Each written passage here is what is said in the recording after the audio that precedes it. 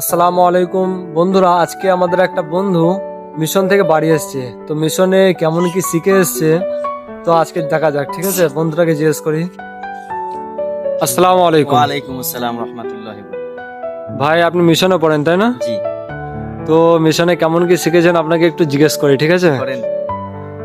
আচ্ছা ভাই, গোসলের ফরজ কি কি? গোসলের ফরজ যেটা তিনটে। এক নম্বর হচ্ছে যে মুখ ভর্তি পানি নিয়ে গড়গড়া করে কুল্লি করা, এটা হচ্ছে এক নম্বর। দু নম্বর হচ্ছে যে নাকের নরম মাংস পর্যন্ত পানি পৌঁছানো, এটা দু নম্বর। আর তিন নম্বর হচ্ছে যে গোটা শরীর ভালোভাবে ধৌত করা, যেন কোনো পশম মতো জায়গা মানে একটা লোম যাতে না শুকনো থাকে গায়ে, ভালোভাবে ধৌত করা, এই হচ্ছে গোসলের ফরজ। মাশাআল্লাহ, আমাদের ভাই উত্তর দিয়েছে খুব সুন্দর। তো উত্তরটা কি ঠিক হয়েছে না ভুল হয়েছে আপনারা জানাবেন, ঠিক আছে, কমেন্ট বক্সে।